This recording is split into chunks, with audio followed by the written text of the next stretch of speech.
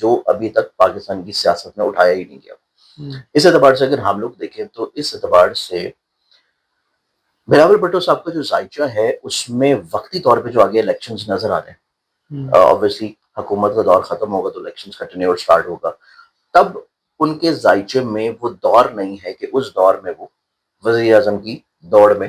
سبقت لے جائیں۔ شامل تو ہوں گے لیکن سبقت لے جانے والے نہیں ہیں، کہ اس دوڑ میں ان کا وہ دور نہیں چل رہا کہ جس طرح وہ اس دوڑ میں سبقت لے جائیں۔ تو یہ چیز تو ان کے چارٹ میں کلیئر ہے، پوزیشن ضرور ہے لیکن ابھی کا وہ ٹائم نہیں ہے۔ اس کے بعد ہمارے پاس پھر آ جاتی ہیں مریم صاحبہ۔ مریم صاحبہ کا ذائچہ میں دیکھا جائے تو ان کا چارٹ نو ڈاؤٹ ایک ایسا چارٹ ہے، کیونکہ ہمارا پاکستان کا جو مزاج رہا ہے یہ کسی طور کے اوپر جو ہے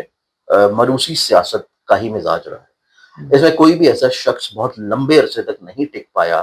جو مروسی سیاست سے ہٹ کے آیا ہو۔ جو بھی مروسی سیاست سے ہٹ کے آیا ہے اس نے اپنا ایک تو ٹینیور بھی مکمل نہیں کیا، اور ٹینیور مکمل نہ کرنے کے بعد دوبارہ کسی بھی وجہ سے وہ پھر نہیں آ پایا۔ تو مروسی سیاست کے ہی امیدواران آپ کو بار بار نظر آتے ہیں۔ اس اعتبار سے اگر ہم لوگ دیکھیں تو مریم صاحبہ کا جو ذائچہ ہے وہ اس حد تک تو اسٹرانگ ہے کہ وہ کسی طور کے اوپر جو ہے وہ پنجاب کی یا صوبے کی اقتداری کے طور کے اوپر چل پائے۔ لیکن اگر ہم لوگ اس کو ایز اے پرائم منسٹرشپ دیکھیں تو ایز اے پرائم منسٹرشپ کے اعتبار سے ان کے بائی برتھ چارٹ میں پوزیشنز اتنی اسٹرانگ یا پازیٹیو نہیں ہے کہ اگلے آنے والے الیکشنز کے قریب قریب جو ہے تب بھی ان کا یہ دور چل رہا ہو کہ وہ اس نشست کے اوپر فائز ہو جائے۔ تو یہ چیز ان کے چارٹ میں بھی اتنی اسٹرانگ یا اسٹیبل نظر نہیں آتی۔ یہ چیز کلیئر ہو جاتی ہے ان کے اپنے چارٹ میں بھی، جو ڈیٹا ان کا ہمارے پاس موجود ہے۔ مطلب وہ ایک بہت اہم نشست کے اوپر ہوں گی ضرور، لیکن وہ پرائم منسٹرشپ والی نہیں ہوگی۔ اس کے بعد اگر ہم لوگ دیکھیں تو پھر ہوں گے فیڈرل میں، ہاں مطلب صوبے سے نکل کے آپ کو فیڈرل میں نظر آئیں گے۔ اس کے بعد جو ہے ہمارے پاس پھر آ جاتے ہیں شہباز شریف صاحب۔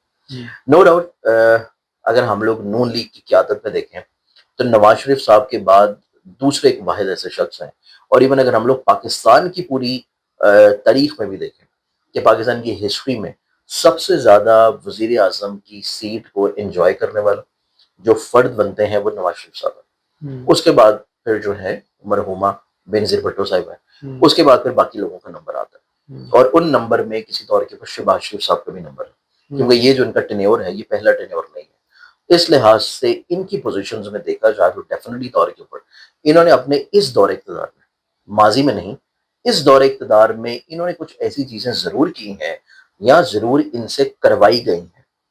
مطلب وہ ڈیپینڈ کرتا ہے کہ کی ہیں یا کروائی گئی ہیں، کہ جس کی وجہ سے پاکستان کی کسی دور کے اوپر نیک نامی ضرور ہوئی ہے۔ اس اعتبار سے ان کے چارٹ میں دیکھا جائے تو ان کا چارٹ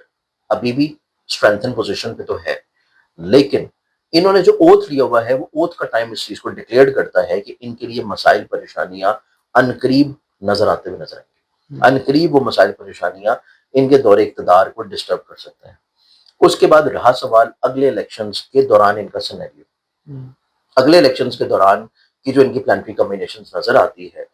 وہ جا کے تقریباً قریب جا کے 2029 2030 میں جا کے یہ الیکشنز ہونے ہیں، تو اس ٹینیور کے ٹائم پہ بھی دیکھا جائے تو ان 2 سالوں کے ادوار کے درمیان میں بھی ان کی پوزیشن پہ وہ اسٹرینتھنگ نہیں ہے، وہ طاقت نہیں ہے کہ اس ٹینیور کے ختم ہو جانے کے بعد یہ دوبارہ سے پھر سے ری الیکٹ ہو کے نون لیگ کی طرف سے ایز اے وزیر اعظم آ جائے۔ وہ نومینیشنز بھی ان کے اپنے چارٹ میں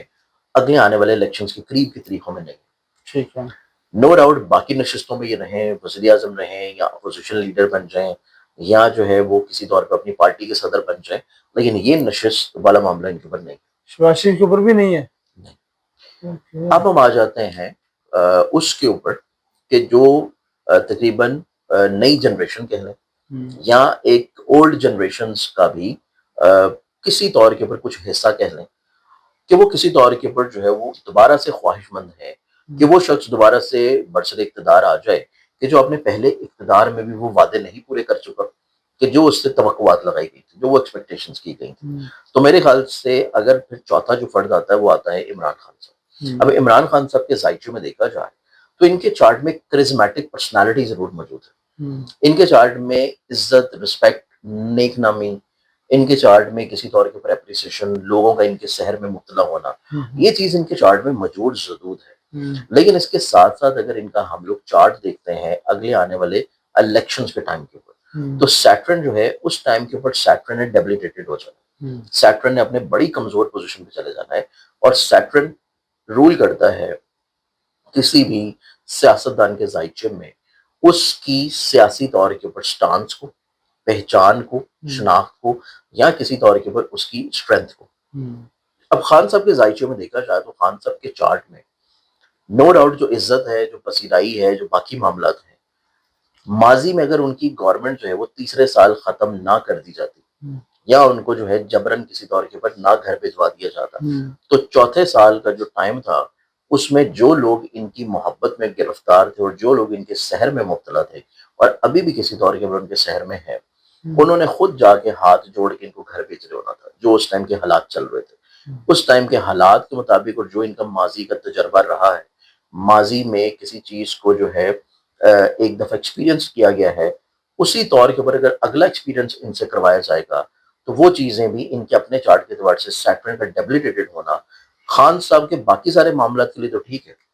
کہ کسی طور پہ وہ ریلیف مل جائے, کسی طور پہ ان کے باقی چیزیں بہتر ہو جائیں, کسی طور کے اوپر ان کو اجازت مل جائے کہ وہ کسی لحاظ سے پالیٹکس میں شامل ہو جائیں, یا کسی طور کے اوپر چھوٹا موٹا جو ہے وہ کچھ کرسیاں نشستیں ان کو دے دی جائیں, لیکن ان کی پارٹی کو ڈیوائڈ کر دیا جائے, پارٹی کو توڑ دیا جائے اور ان کو کسی طور پہ اسٹرینتھ سے باہر نکال دیا جائے. لیکن اگر یہ کہیں کہ ان کو وزیر اعظم کی نشست مل جائے تو وہ ٹینیور اگلے الیکشنز والا ٹینیور نہیں ہے, کیونکہ اگلے الیکشنز والے ٹائم پہ بھی سیٹرن کی ڈیبلیٹیٹڈ ہونا خان صاحب کو وزیر اعظم کی نشست کی طرف نہیں لے کے جا رہی. تو یہ جو آج کے پروگرام میں اپنے 4 نام رکھے تھے, میرے حساب سے اور پاکستان کے اپنے چارٹ کے اعتبار سے, کیونکہ پاکستان کا جو چارٹ ہے وہ 2026 میں جو سٹارٹ ہوا ہے, پھر 2027 میں جو موو ہونا ہے, یہ کسی نئے چہرے کی طرف انڈیکیشن کر رہا ہے. یہ کسی نئے چہرے اور کسی نئی پارٹی کا اقتدار ہونا, کسی نئی پرسنالٹی کا نکل کے سامنے آنا اور کسی نئے چہروں کے سامنے آنے کی طرف انڈیکیشن کر رہا ہے. مطلب یہ ہے کہ سر تسی سارا کچھ ختم کرتا ہے. میں تو اتنے بڑے نام لیے تھے, کیونکہ موروثی سیاست اگر دیکھیں یا موروثی سیاسی پارٹی دیکھیں تو یہ 3 پارٹیاں ہیں, 4 نام ہیں, ایک پارٹی سے 2 اور باقی ایک, چاروں میں سے کوئی نہیں ہے. تو پھر مجھے آپ کو بس آپ روحانی ماہر بھی ہیں, علم روحانیت بھی آپ رکھتے ہیں ماشاءاللہ, علم نمرالوجی بھی آپ کے پاس ہے, پامسٹ بھی ہیں, اسٹرالوجر بھی ہیں, تو پھر کیڑے ہم دسو کہ کون وزیر اعظم سے کیڑی پارٹی آ رہی ہے؟ دیکھیں اس میں بیسیکلی طور کے پر اس میں نا فائنل حتمی نام جو ہے نا وہ تو جب الیکشنز آئیں گے نا قریب اور جب نامینیشن سامنے ہوں گے تو تب میں آپ کو ساروں کے چارٹس ڈیٹیل میں دیکھ کے پھر بتاؤں گا کہ یہ شخص جو ہے اس کی اسٹرینتھ زیادہ ہے. پارٹی بتا دے, کوئی ہنٹ دے دے. پارٹی بھی نہیں ہوگی, بیسیکلی طور کے اوپر اسی طرح کا ایک گٹھ جوڑ ہوگا جو کہ اس طرح چل رہا ہے ابھی کا, اور یہاں اس طرح کا گٹھ جوڑ ہوگا جو کہ پی ٹی اے کے خلاف پی ڈی ایم والوں نے بنایا تھا. تو بیسیکلی طور کے اوپر ایک گٹھ جوڑ ہی بنے گا جو کہ ابھی آپ کو وقتی الیکشنز میں جے بی گورنمنٹ میں نظر آ رہا ہے. تو گلگت بلتستان کا جیسا گٹھ جوڑ بنا ہے اسی طرح کا گٹھ جوڑ آپ کو اگلے الیکشنز میں بھی نظر آئے گا. لیکن چہرہ جو آگے بیٹھے گا, رول کرے گا, جو ڈیسیژن میکنگ ہوگا, وہ جو ہے نیا چہرہ ہوگا, نیا چہرہ ہوگا, اور ایسا چہرہ ہوگا جو کہ کسی طور کے اوپر ماضی میں جو شوکت عزیز صاحب آئے تھے کہ اچانک سے لا کے بس بٹھائے اور ملک کے فیصلے کر کے اور اکانومی کو برباد کر کے پھر واپس چلے گئے, تو کچھ ایسا ہی چہرہ ہوگا. لیکن وہ اکانومی برباد نہیں کرے گا, وہ اکانومی کو مزید بہتر کرے گا, سٹیبل کرے گا, کیونکہ پاکستان کا جو دور چل رہا ہے یہ اکانومی کی سٹیبلٹی کا ٹائم ہے. بہت شکریہ زنجانی صاحب. ناظرین, میں نے بڑی کوشش کی زنجانی صاحب سے بات نکلوانے کی, کو پتہ چل جائے کہ کون اگلا وزیر اعظم ہوگا یعنی کہ 2029 کے انتخابات کے دوران, کیونکہ مریم نواز شریف جو ہے وہ بڑی مضبوط دور میں ہے وزیر اعظم کی. شہباز شریف صاحب بھی ظاہر ہے کہ موروثی سیاست یعنی کہ بظاہر لگتا ہے کہ ختم ہو رہی ہے, لیکن ختم کچھ نہیں ہوتا, سب کچھ چلتے رہتا ہے. اگر ناظرین جانے سے پہلے آپ سے بات کرنی ہے کہ اگر آپ نے کوئی اپنے بارے میں رائے لینی ہے, وہ گھریلو چکش ہے, گھریلو حالات سے تنگ ہیں, سے معاملات کو ڈسٹرب ہے, آپ کے مشورہ کرنا ہے, رہنمائی لینی ہے, یا کوئی بھی ذائچہ بنوانا ہے, تو ہماری اسکرین کے اوپر دیا گیا نمبر جو ہے وہ سید مصور علی زنجانی صاحب کا نمبر ہے. آپ ان سے رابطہ کر سکتے ہیں, براہ راست کانٹیکٹ کریں گے انشاءاللہ. ہمیں اجازت دیجیے, اگلی ویڈیو تک کے لیے اللہ حافظ.